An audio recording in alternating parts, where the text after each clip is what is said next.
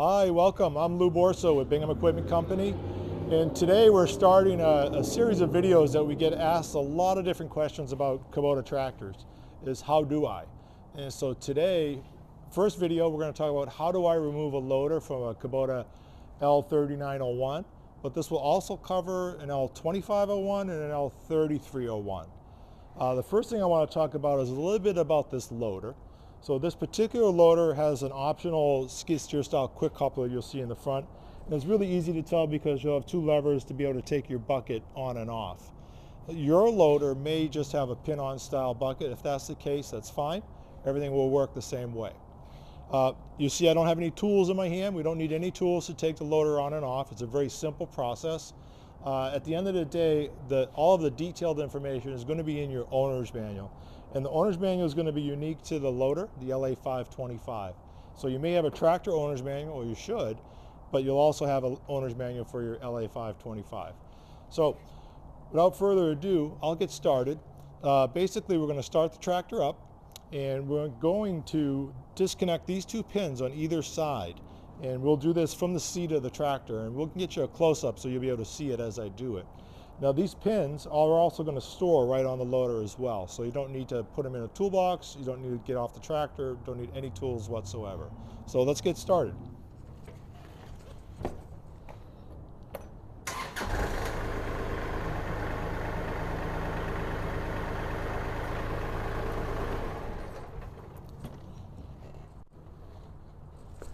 So whenever we're getting off the tractor, we want to make sure we turn it off. Just for safety, right? The other aspect too that you need to think about is, what if somebody bumps into this loader while it's up in the air? So over here on the loader valve, we've got a lock. So if I engage this lock and put it in the lock position, if somebody comes over and bumps into this, or a dog jumps up on my seat, I don't have to worry about the loader coming down, okay? So we want to make sure it's in the lock position. Then we're going to come over here and take care of the stands. The stands are attached to the loader, held on by this linch pin, or is that a hair clip? I don't know. We're going to real easily move it into here, and this pin locks into place. Then we've got one more on the other side. So same thing we're going to do here. We're going to pull this pin out, lock this over, and you'll see probably a better view on this side because you can see the pin over here. So now we've got the loader set up to be removed. The next step will be to restart the tractor, and we're going to lower the loader down onto the ground, and we're going to find a sweet spot. These pins are going to have a nice spot where they're going to just slide out. So we're going to do that next. Control valve. So first thing I'm going to do is start up the tractor. I'm going to unlock the control valve and start to lower the front end loader to the ground.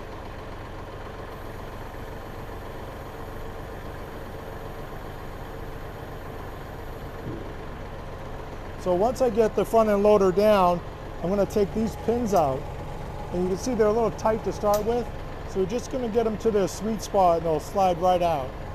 So I'm just going to function this real lightly.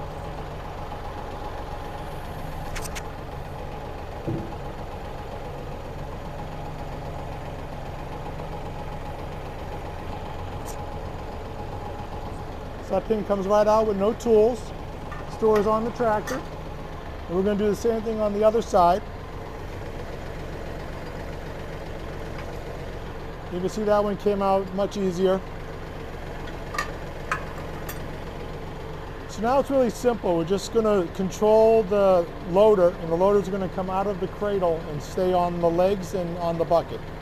So I'm going to function the loader.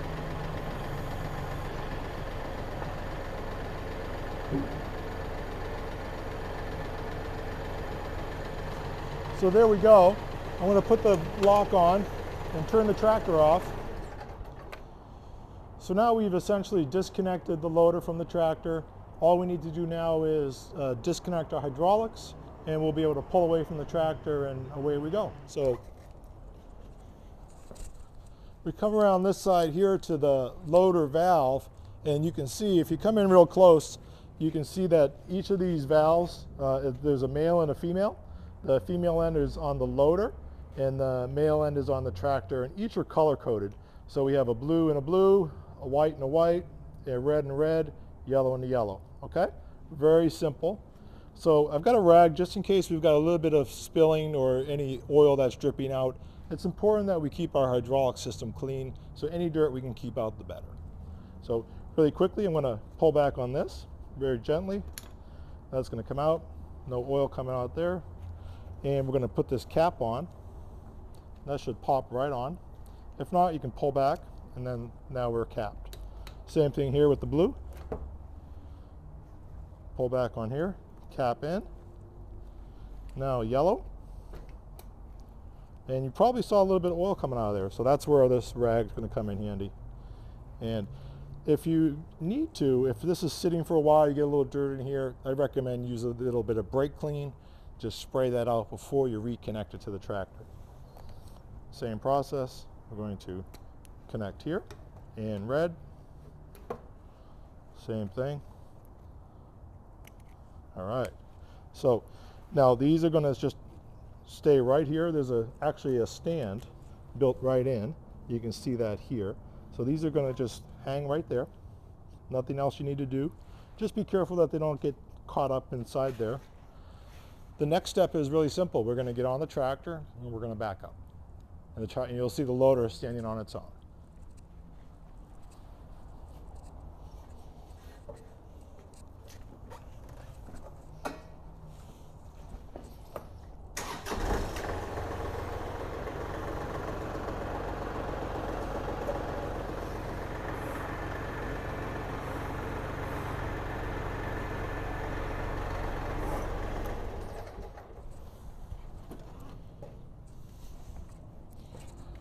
All right, so it's that simple. No tools, just a few minutes and a little bit of patience. You practice a couple times and you'll get it in no time. This is very secure. This can stay in this position for really an unlimited length of time. If you're going to keep it off of your tractor for an extended period, obviously we'd recommend storing it indoors or in your garage or an outbuilding, someplace where it's protected from the sun or any potential for damage. But everything is stored on the tractor. We've got our hydraulic hoses covered and capped, and everything is nice and easy. Now, getting the tractor back on is just as easy. We're going to line the tractor back up, and we're going to line up with the loader stand. You can take a look here. This is a substantial stand. So the cradle is here where the loader is going to fall in, and then we're going to put the pins in through here. You may notice as well, I have these locked. So if I come over here and move this, nothing's going to happen. And also, since I'm out of the loader, now I'm going to take an opportunity to just really quickly just wipe any oil that's on here. And I'm going to cap these before I go anywhere. It's better to do it now than later. It's easier to keep it clean than to clean it, I would say. There you go. We've got our loaders capped, locked. Now, if we're going to operate the tractor without a loader and we're going to put an implement on the back, it's important that you take a look at your owner's manual because you will need some ballast on the front. And this tractor has the optional go guard, but this also is where we would attach our weights. So we've got 1, 2, 3, 4 55-pound weights that we can add to the front as ballast. And those are optional. So if we're going to put a rotary cutter, and that's one of the reasons why we would take the loader off, is to give ourselves a shorter tractor, so as we're maneuvering around obstacles, we don't have the loader in the way while we're doing our rotary cutting, tilling, whatever it is we may be doing. So now let's go backwards and we'll put the loader back on, and we'll follow up from there. First things first is we're going to just do it in reverse. We're going to get everything ready. We're going to uncap our valve. We're going to keep this locked for now. And we're going to come around here. We'll start the tractor up, and we don't need very much throttle. We're really going to do this at idle. It makes it easier with a little bit of throttle versus a lot of throttle. So we'll fire up the tractor. Put it in gear.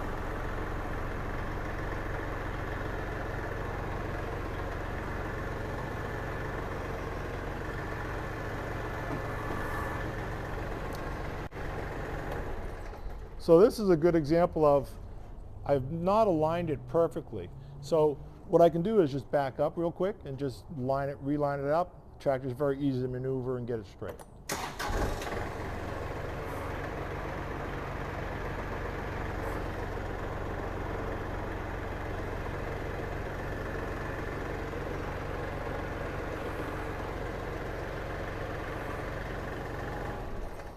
So there we go, we're lined up.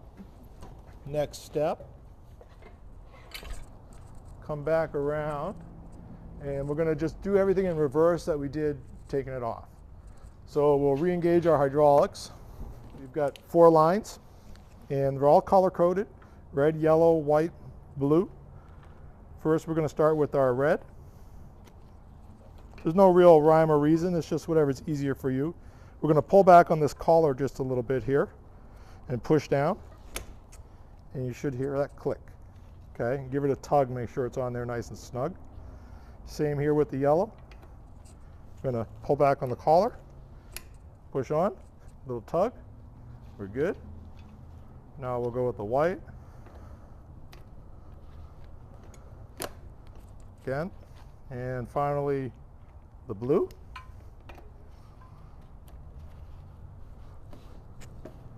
Oops. There we go. And you see I got a little bit of grease on my hands, so that's where the rag comes in handy as well. Clean off any extra oil.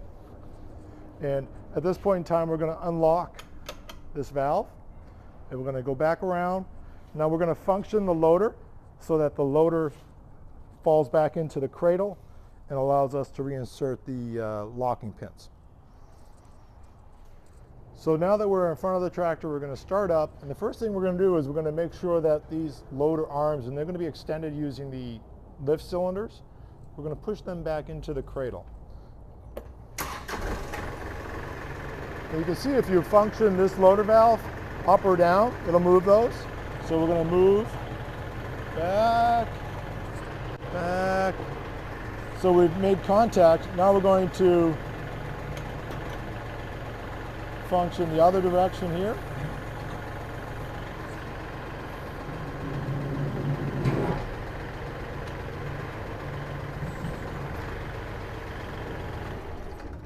So now we're in the cradle, and I can reach over here real quick. I got nice long arms, or what I like to call regular arms.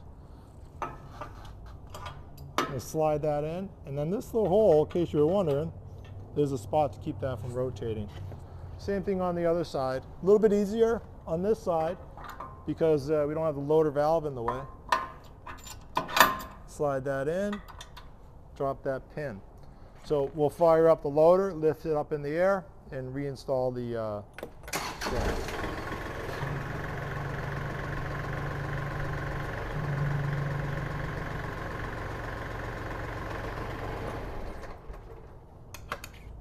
Again, lock that valve.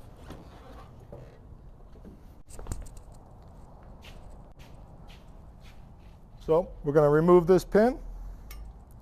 This will slide over, raise it up, and we'll lock in place right here. And we'll do the same thing on the other side. Watch out for the edge as you're walking around. And we'll pull this pin, slide that out, lift it up, and the pin is in. So now the loader, for all intents, is installed on the tractor. We're going to get inside, we'll lower it down, and you'll see that everything's working properly.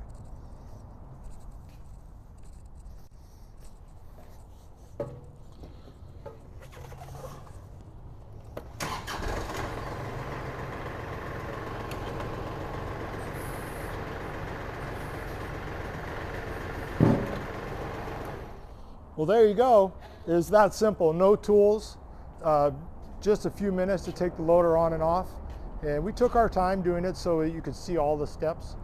Everything is in the owner's manual, but if you wanted some more help, just reach out to us at binghamaequipment.com or give us a call and we'd be happy to help you. Again, Lou at Bingham Equipment. Thanks a lot.